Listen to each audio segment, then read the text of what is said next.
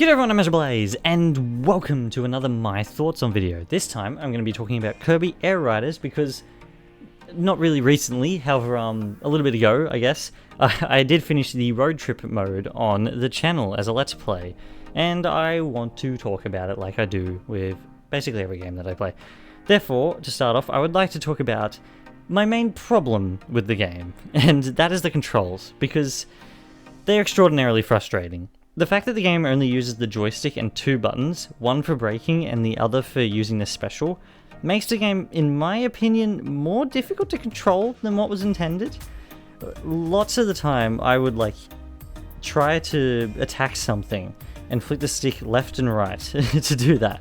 However, I would usually veer off and lose my place on the track instead of actually, spinning and attacking, which ended up making attacking more of a hindrance, to the point where I simply did not bother most of the time.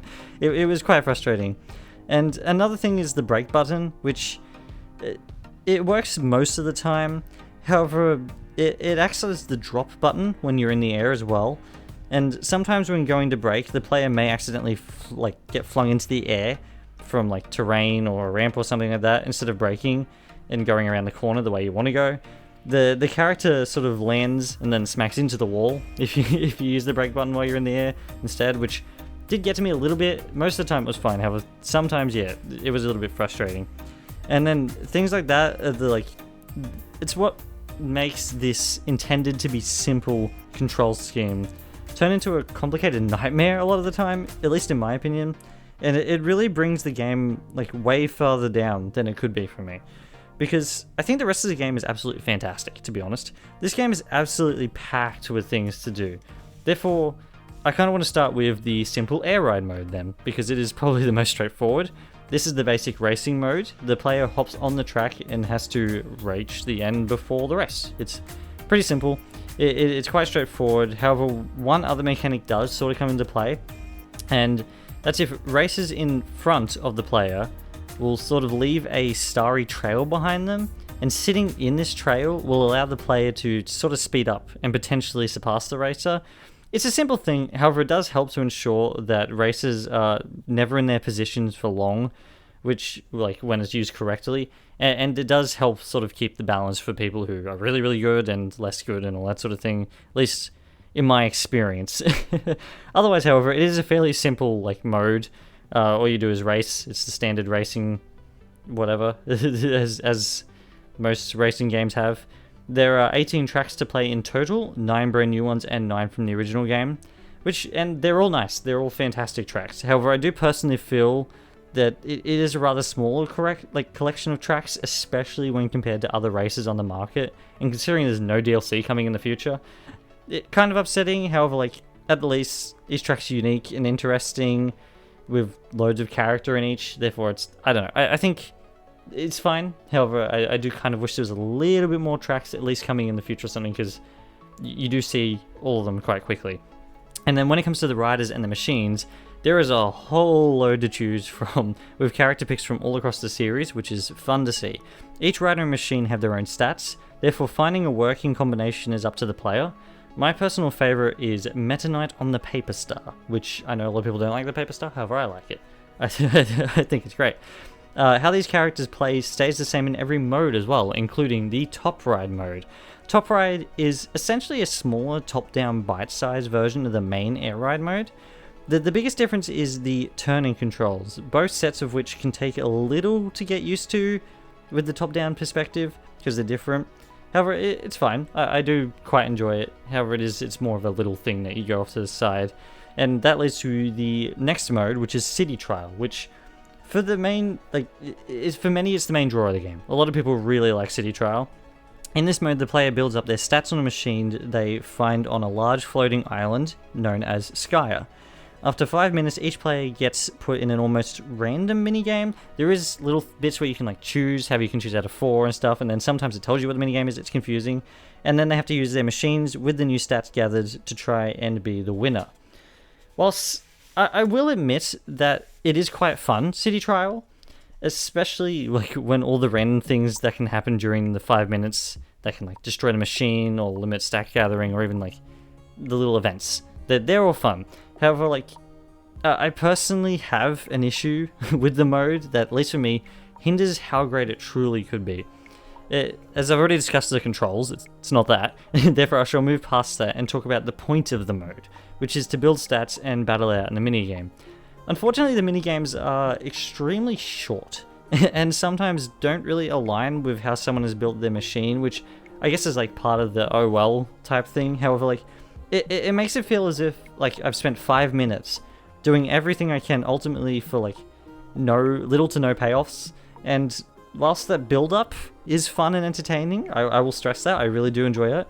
It feels really lackluster to finish up the match for like on these lackluster, or not necessarily lackluster, like these smaller mini games that don't really align. Yeah, it makes while the overall match is good, finishing it up is kind of underwhelming, I think, at least for me. And while Skya is a neat place to do this in, you do end up seeing all the same stuff over and over and over again. Personally, I feel the game could have had a couple more islands, even if through DLC, because as it is, I feel I've seen enough of Skya for quite a while, and I'm not saying that it didn't take a long time to build Skya and they can quickly build another 2. I'm not saying anything like that. It's simply that I'm a little bored of seeing Skya, personally. That's only me, though. Like, I get if people find it, it's all good. Yeah, because I feel like I've seen enough of Skya for quite a while. Otherwise, though, I did have a good time playing the city trial, despite the problems I had with it. And that leads to the final mode, which is the one I featured as a Let's Play on the channel, and that's Road Trip mode. Road Trip has the characters of whatever character of choice you want. Any character, out of all the characters. They travel through various areas, completing missions and progressing through a story.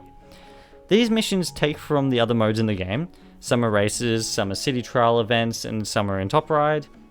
Even with this, the missions are quite varied, as the goal changes and is different for like the same mission types.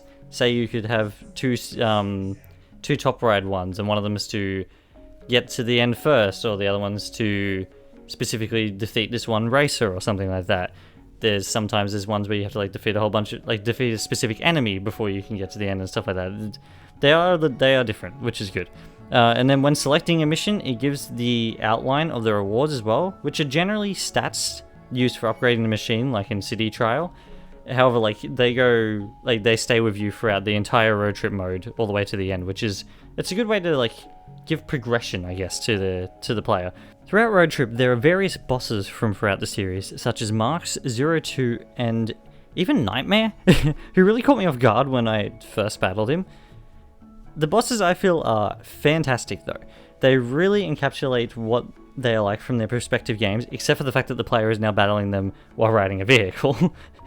And at the end of each area, a cutscene plays, which shows part of the story as well. Spoiler alert, even though I have already played throughout the whole game on the channel, here is a really brief summary of the main story. It surrounds a being named Zora, who cannot move on their own, and its wish is to move, to be able to go places and do things. And that wish reaches Nova, who creates the machines and sends them down to Popstar, to collect riders with willpower, and to power Zora's newly built up form that is built by Nova, known as Gigantus.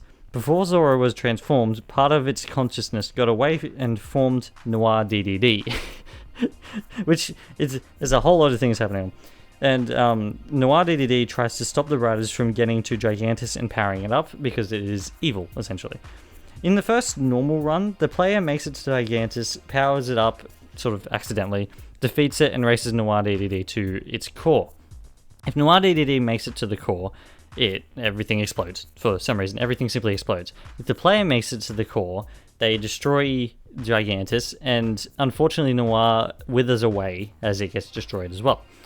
Therefore, both of the endings are not really the best, and that is where the New Game Plus comes in. If played through this way, and the player collects all the machines, the Gigantus battle is different, and there is a bunch more that happens afterwards that leads to a good ending. I'll not talk about everything from there on, as it gets a little bit wild, and to be honest, I don't want to spoil that. If anyone hasn't played it, I really recommend going and finding that part out for yourselves, because it gets a little bit wild. The last thing I do want to talk about, though, in this video is the checklist. which is an achievement-like mission system.